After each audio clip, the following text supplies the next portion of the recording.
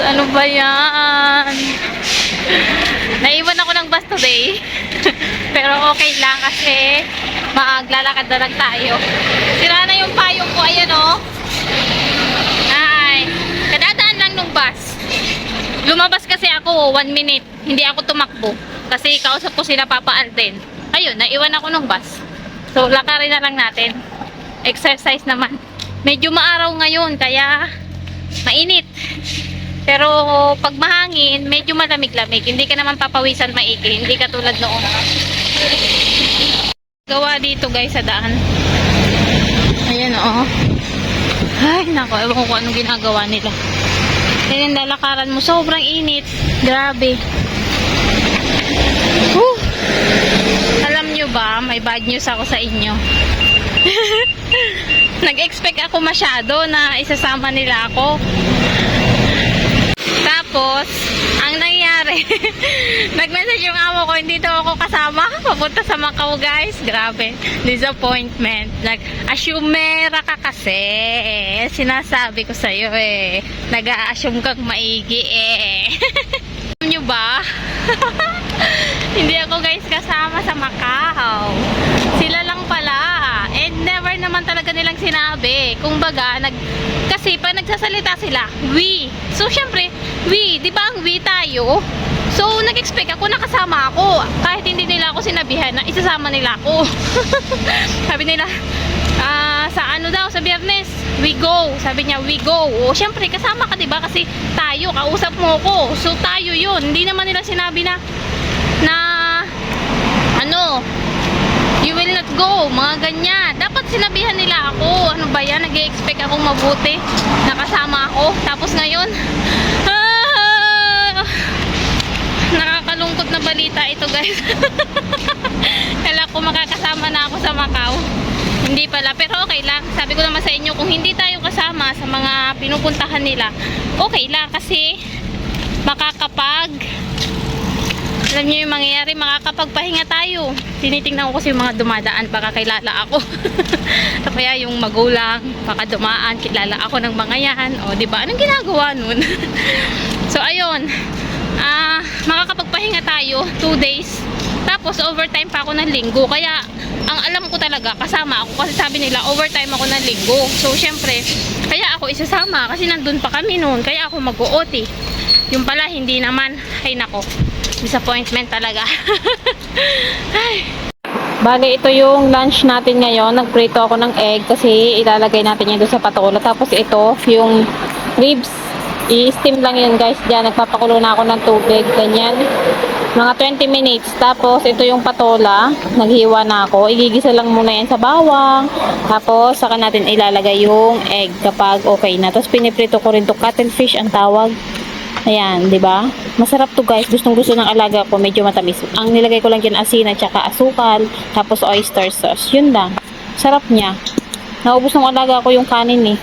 Tapos yung ating ini-steam, 20 minutes to guys. Ayan, steam lang dito, hindi uso yung luto. Hello guys. Hello guys. Hello guys. Medyo tinamad ako sa pagba-vlog, so ayun, nakaalis na sila. Yung vlog ko kahapon, ngayon natin i-continue. Panibagong araw. Kanina din na ako nakapag-vlog ng pag-alis nila. Hi, I'm so disappointed talaga. I'm disappointed ka, pero ikaw din naman yung dahilan sa sarili mo kasi masyado ka nag-expect. Hindi ka naman sinabihan na isasama ka. Bakit nga ba pumasok sa isip ko nakasama ako? Nakakainis. So, ayan, mag-isa ako ngayon dahil lumayas na sila. Ay, nako. Mag-plancha na naman. Dami ko na namang nilabhan kanina. And tiklo, plancha. Tapos hindi ko alam kung ano lilinisin ko dahil kakalinis ko lang dito. Halos kakalinis ko lang ng mga dapat linisin. So, malinis talaga yung bahay. So, bahala sila dyan. Kung walang silang makita na ginagawa ko, nandito lang ako sa kwarto. Ay, nako. Akala ko talaga kasama ako, guys. Kasi, yun talaga yun eh. We. Ano ba yung ibig sabihin ng we? Diba? We go Macau. Oh. Expect ko na talaga, guys. Okay lang yan. Move on, move on. Move on, Day. So, ayun. Di pahinga. Ang nangyari. And kanina pa ako naka-video call sa mga tao sa Bicol, sa amin. Kila Papa Alden. Ayan. Video call na lang. At pinatay ko lang saglit dahil kukuha nga ako nitong mga sinampay at saka magpaplansya muna. Kaya pinatay muna natin. So, more time sa pahinga at video call. Ay, kainis. Hindi ko expected talaga to. Masyado ka kasing nag-assume. Nakasama ka, Day. Okay, lesson learned yan. Sa susunod. Hanggat di sinasabi na, oh, kasama ka, pupunta tayo dito, pupunta tayo doon. Ayun, saka lang mag-expect. Okay? Pero yung Japan, sinabihan talaga ako, nakasama ako. Ayun nga. So, talagang ano na yun, sure. Pero, pwede pa rin magbago dahil matagal pa. Pag hindi pa sila nakabili ng ticket at wala pang pinakita sa akin, so hindi pa yun sure. Tsaka kung hindi pa inaasikaso yung visa, hindi pa yun sure. So, pwede pang makauwi tayo ng Pilipinas. Wag na tayong sumama sa Hong Kong. Wag na tayong sumama sa Japan. Pwedeng Pilipinas na lang. So, ayan. Pwede pang magbago. Sana. Kasi, wala. Parang gusto ko talagang umuwi. Kaso kaya lang. Pag March kasi yun guys, pupunta ng Japan. Tapos, 6 months na lang, tapos na ako ng kontrata. So, makakauwi naman ako. Makakauwi naman talaga ako. So, mababawasan yung leave ko. Kung sakali man, di ba? Kasi ang leave dito is sa isang taon 7 days. Halos 1 week. So, pag umuwi ako ng March, gagamitin ko na yung 1 week. So, pag umuwi ulit ako after 6 months, 1 week na lang din. Ang bilis. Para kang ano lang sa Pilipinas, tumae. Parang dumumi ka lang sa Pilipinas. Bahala na kung anong mangyayari. Magplansya muna tayo, tapos, di ko alam kung anong gagawin ko. Di naman talaga ako mag-vlog, gawa nun. Na-disappoint ako. Sanay naman ako sa disappointment, kaso ngayon, parang, alam mo yun, parang akong binuhusan ng malamig. What? Hindi pala ako kasama. Kainis. Ay, kung alam nyo lang yung nararamdaman ko, guys.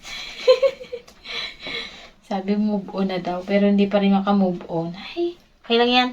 Mag-exercise na lang tayo, guys. Nababawasan na talaga ako ng timbang. Yan, lumiliit na yung tiyan ko. Tingnan nyo naman, oh. Maliit na, diba? Lumiliit na siya. Kaso, pag lumiit yung tiyan ko, bumaba yung timbang ko, lahat liliit. Lahat yan magiging maliit. Pansin nyo rin yun guys, pag nagbabawas kayo ng timbang. Lahat sa part ng katawan nyo, lumiliit talaga. Nawawala yung mga taba. Ayan, ang braso ko, ang laki-laki na oh. Magiging maliit yan. Yung hita ko, ang laki-laki na, liliit din yan. Lahat. So, ayun. Nababawas-bawasan na ako ng timbang. Nag-exercise din ako bago matulog. Hindi na ako nanonood guys. So, nag-exercise na lang ako. Magkaka-abs na tayo. Tapusin ko lang yung ating tinitiklop. Mamaya ulit ha. Dinner time ko guys. Ayan, patola ulit. Maingay na. Nagpiprito na kasi ako ng manok. Yun oh. Chicken wing.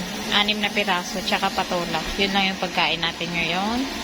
Okay na yan. Wala namang gagawin. Natutulog na lang. Vegetable and chicken lang. Okay na yan. Wow. Usok-usok pa yan. Sarap no. Matamis-tamis yung patola. Kain tayo guys. Yan na yung dinner.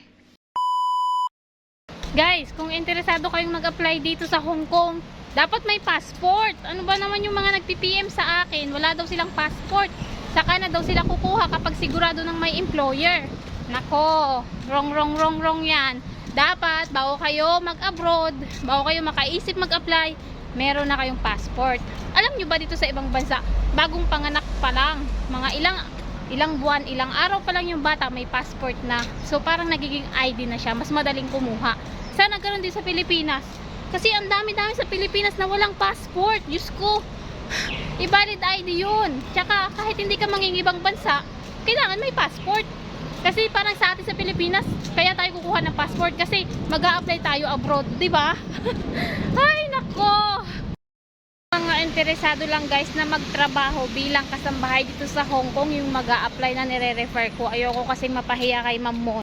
So kung yung iba negative thinking na agad na ma-determinate daw sila, bakit daw na-determinate? Naku, wag na kayong mag-apply. Kasi kung ganyan yung nasa isip nyo, ganun talaga yung mangyayari. Kung positive kayo, nagagawin nyo ang lahat, yung best nyo para makapagtrabaho dito para matapos yung 2 taon na kontrata, is magiging okay din kayo. 1 year ako ngayon, October 13. And yung iniisip ko noon na ma-determinate ako, inalis ko yun sa isip ko at sinabi ko sa sarili ko na matatapos ko yung 2 taon na kontrata at ginagawa ko yung best ko para matapos yun. Kaya kung natatakot kayo sa terminate, wag na kayong mag-apply dito, okay? Wag na lang, dyan na lang kayo sa Pilipinas.